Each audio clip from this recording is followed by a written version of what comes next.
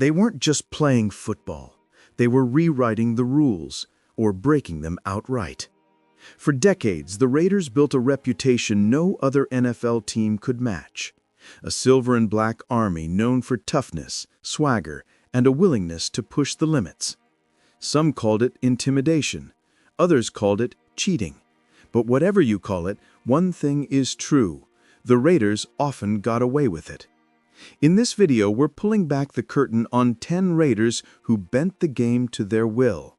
From a cornerback who coated himself in glue, to a quarterback who fumbled on purpose and won because of it, to a safety whose hits were so violent they changed how the league policed the field.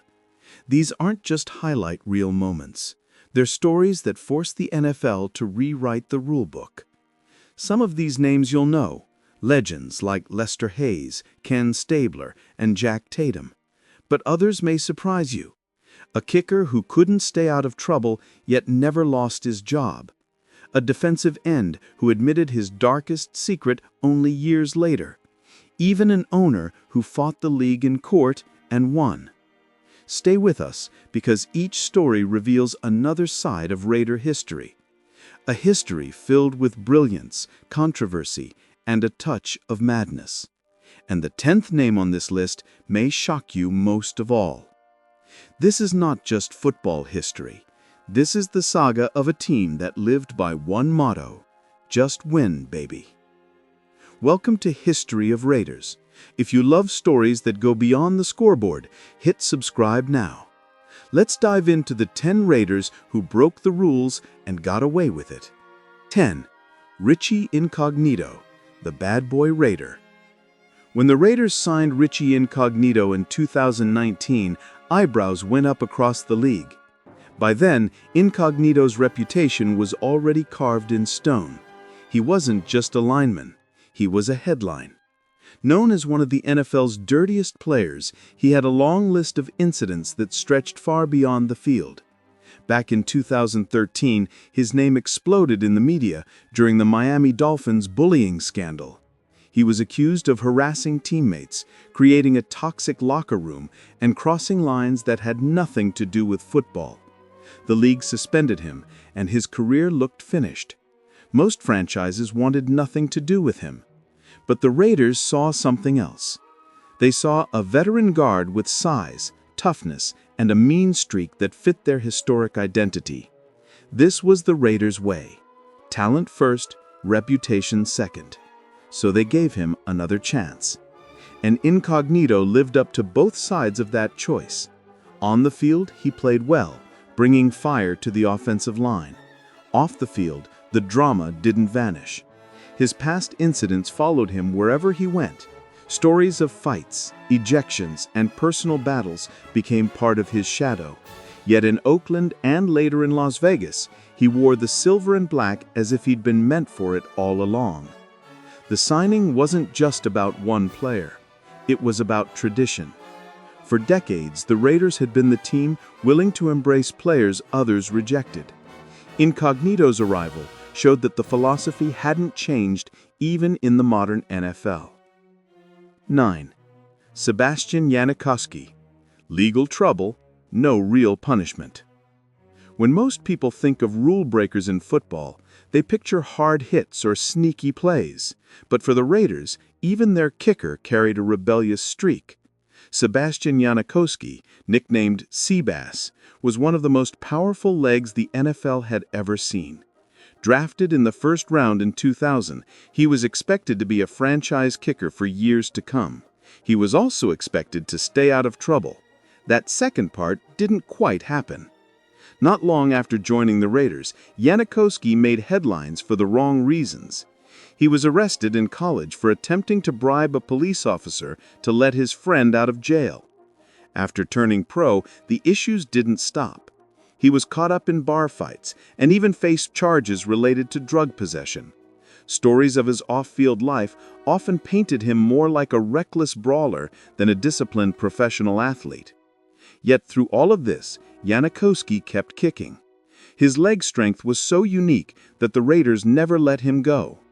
Year after year, he delivered booming field goals from distances few kickers would even attempt. The team's loyalty showed that talent sometimes outweighed reputation. Fans in Oakland knew his flaws, but they also knew his value. Janikowski became the longest-tenured Raider of his era, playing nearly 2 decades in silver and black. His wild nights and legal scrapes could have ended another player's career, but with Seabass, the rules seemed to bend just a little more than usual. 8. Daryl Henley and the cocaine scandal. In the late 1980s, the NFL faced growing questions about drug use. Teams across the league dealt with stories of players experimenting with or supplying cocaine. The Raiders, known for giving second chances to controversial figures, were no exception. Among the names tied to that period was defensive back Daryl Henley. Henley entered the league with talent and speed, but his career quickly became overshadowed by scandal.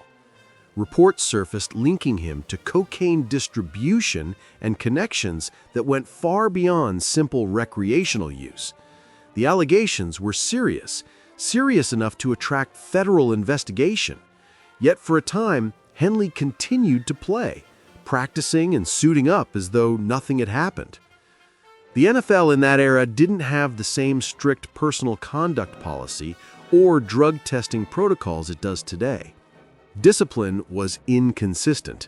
A player might face a short suspension, a fine, or in some cases, nothing at all.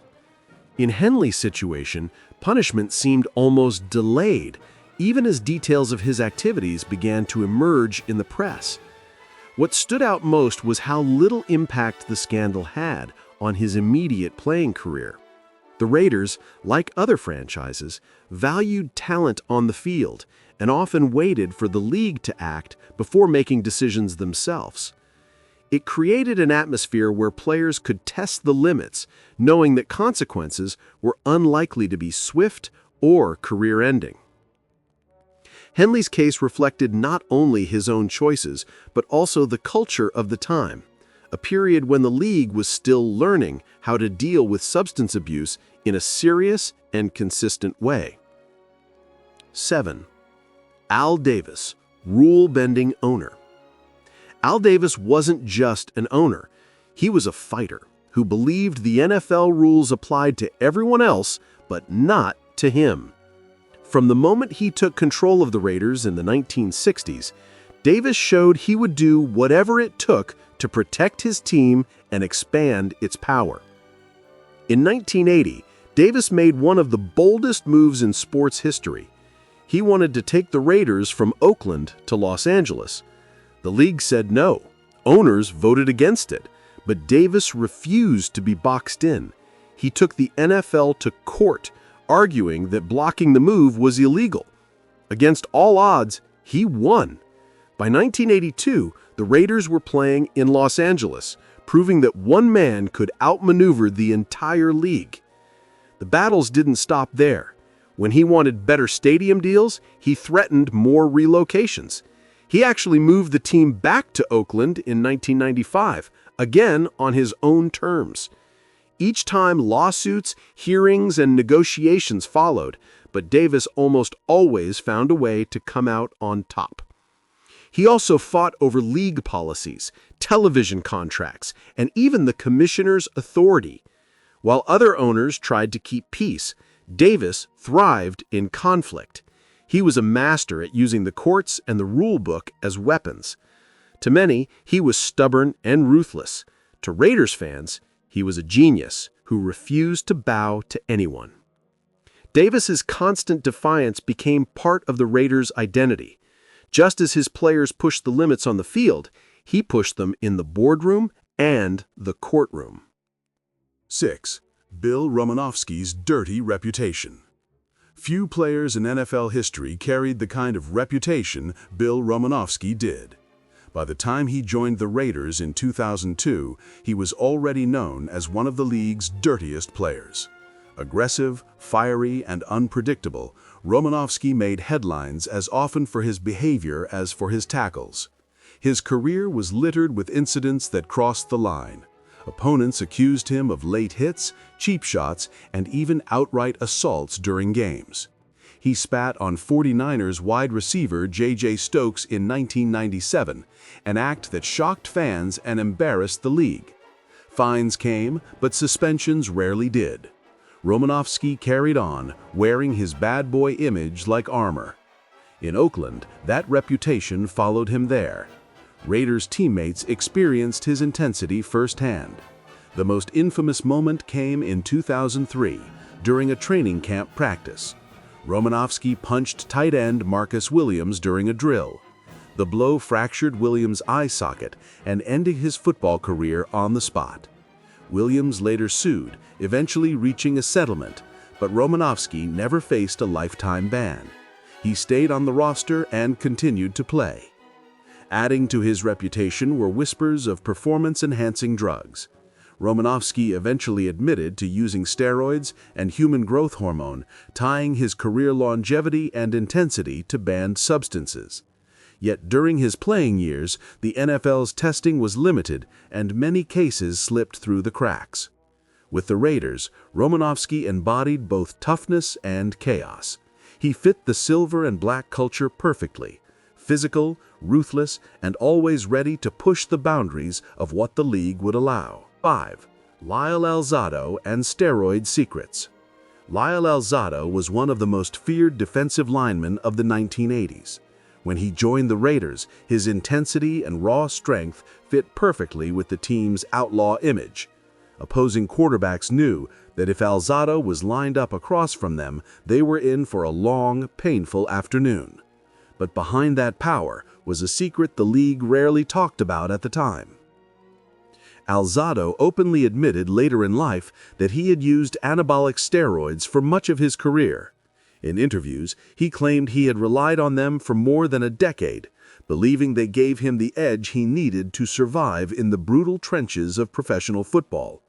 In his own words, he said steroids turned him from an average player into a dominant force. The Raiders benefited from his presence. Alzado helped anchor their defensive front and brought a mean streak that perfectly embodied the commitment to excellence philosophy in its most violent form. Fans loved his fire. Coaches valued his ability to intimidate and overwhelm opponents. And the NFL? At the time, it had little in the way of serious testing or enforcement. Steroids were an open secret in the league, whispered about but rarely punished. With Alzado, the Raiders embodied the lengths players were willing to go in order to win. 4. George Atkinson and the criminal element. George Atkinson was the kind of defender that made wide receivers glance over their shoulders before every snap. Playing safety for the Raiders in the 1970s, he became known for hits that blurred the line between hard football and outright assault. His most infamous moments came against the Pittsburgh Steelers, the Raiders' fiercest rival of that era. In a 1976 playoff game, Atkinson delivered a brutal forearm to the head of wide receiver Lynn Swann. The blow knocked him out cold, leaving him sprawled on the turf. It wasn't the first time either. A season earlier, Atkinson had leveled Swann with a similar shot, raising questions about whether it was targeted violence rather than coincidence. The incidents fueled one of the NFL's greatest rivalries. Steelers head coach Chuck Noll, furious after seeing his star receiver repeatedly battered, publicly called Atkinson part of the criminal element in football. That phrase stuck, painting Atkinson and the Raiders as villains who thrived on intimidation. Atkinson wasn't about to let it slide. He sued Noll and the Steelers for defamation, claiming his reputation had been unfairly destroyed. The case made headlines and kept the feud burning, but it didn't change the fact that Atkinson never faced a long suspension or major punishment from the league. To Raider fans, he embodied the outlaw spirit of the team: aggressive, fearless, and unapologetic. To opponents, he was the very definition of dirty football. Every time he lined up, quarterbacks knew the deep middle of the field was a dangerous place. 3. Jack Tatum, the assassin's hits. Jack Tatum was feared the moment he stepped on the field. Raiders fans called him the assassin, and for good reason. He played safety in the 1970s, when the NFL was already a rough league, yet Tatum stood out as one of the hardest hitters of them all.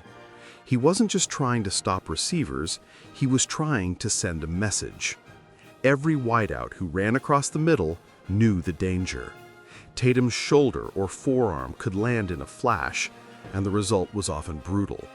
He delivered highlight plays, but also left opponents shaken and sometimes unable to finish games. It was part of the intimidation the Raiders loved to use. The most infamous moment came in a 1978 preseason game. Patriots receiver Daryl Henley went up for a pass, and Tatum delivered a crushing hit. The impact left Henley paralyzed from the neck down. It was one of the darkest moments in football history. Yet even after an incident that tragic, the league handed down no suspension, no fine, nothing that would keep Tatum off the field. That decision reflected the NFL's attitude at the time. Violent hits were considered part of the game, even when the results were devastating. Tatum himself never apologized, saying he was simply playing the way he had been taught. His reputation only grew, a defender who symbolized both the toughness and the danger of Raiders football. 2. Ken Stabler and the Holy Roller Crew. It was September 10th, 1978. The Raiders were facing the San Diego Chargers, and time was slipping away. Down by 6 with only seconds left, quarterback Ken Stabler took the snap. Pressure closed in, and with defenders about to drag him down, Stabler made a desperate move. He didn't just fumble, he pushed the ball forward. That single act set off chaos. Running back Pete Banaszak lunged for the ball, but instead of securing it, he batted it further downfield. Then came tight end Dave Casper, stumbling toward the end zone. Casper chased the ball like a comedy skit, kicking and bobbling it closer until finally falling on it in the end zone. Touchdown Raiders. The stadium erupted. The Chargers stood in shock. Everyone knew something strange had just happened. The play looked less like a broken scramble and more like a planned chain of accidental fumbles. Yet the referees allowed it to stand. The touchdown counted, the Raiders tied the game, and a successful extra point sealed a 21-20 victory. The controversy exploded instantly. Chargers fans and players claimed the Raiders had gamed the system. Officials admitted the rules left a loophole wide open.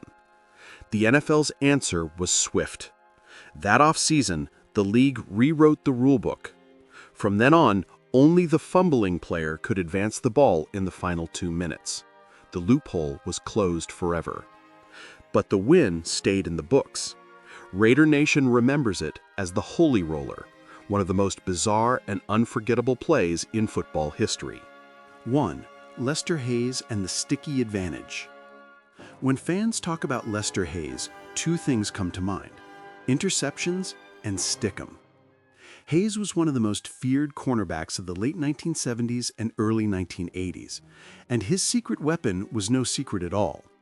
Before every game, he smeared a thick layer of the sticky substance over his hands, his arms, and sometimes even his jersey. The result was almost comical. Football after football clung to him like glue. Opposing receivers and coaches complained, but the Raiders didn't care. Hayes turned the sticky mess into an art form. In 1980, he intercepted 13 passes in a single season, a number so outrageous it tied him with the all-time leaders of the modern era. Quarterbacks grew hesitant to throw anywhere near him, knowing that if the ball touched his hands, it was probably never coming back. Stickum wasn't unique to Hayes. Players around the league used it in moderation, but no one used it as boldly or as visibly as the Raiders' star corner. He would walk onto the field practically coated in the stuff, daring the officials to call him out. And they didn't. Game after game, Hayes shut down entire sides of the field with the help of his sticky advantage. It wasn't until 1981 that the NFL finally banned the substance altogether. The league called it an unfair aid. But by then, Hayes had already built his legend. His Pro Bowl seasons were in the books, his defensive dominance undeniable, and his reputation as the Stick'em King cemented forever in Raider lore. The Raiders' story has never been one of safe, clean football. It has always been about the edge. Time and time again, their players pushed beyond the line of what was allowed. Sometimes it was bending the rule book. Sometimes it was breaking it outright. And more often than not, the Raiders walked away with the win. From Lester Hayes smothered in Stick'em, to Ken Stabler in the Holy Roller, to Jack Tatum's crushing hits, each chapter of this history shows the same pattern. The Raiders tested limits the league didn't even know it had. And when the dust settled, the NFL had to rewrite the rules just to keep up. But it wasn't only about players on the field. It was also about Al Davis in the owner's box, dragging the league into court battles and winning. It was about the team's willingness to sign controversial figures, men like Lyle Alzado, Bill Romanowski, and Richie Incognito, because talent mattered more than public opinion. That philosophy built the Raiders' image as outlaws of the NFL. Were they villains? Were they visionaries? The truth lies somewhere in between. What can't be denied is their impact. They forced change, shaped league policy, and gave fans unforgettable moments that will always spark debate. The Raiders lived and breathed one simple creed: just win, baby. Rules were negotiable, legacy was not. And now, you know 10 of the wildest stories that prove it. If you enjoyed this dive into Raiders history, make sure to like this video and subscribe to History of Raiders. More untold stories, more legends, and more silver and black history are coming your way. Stay tuned, because with the Raiders, the story never really ends.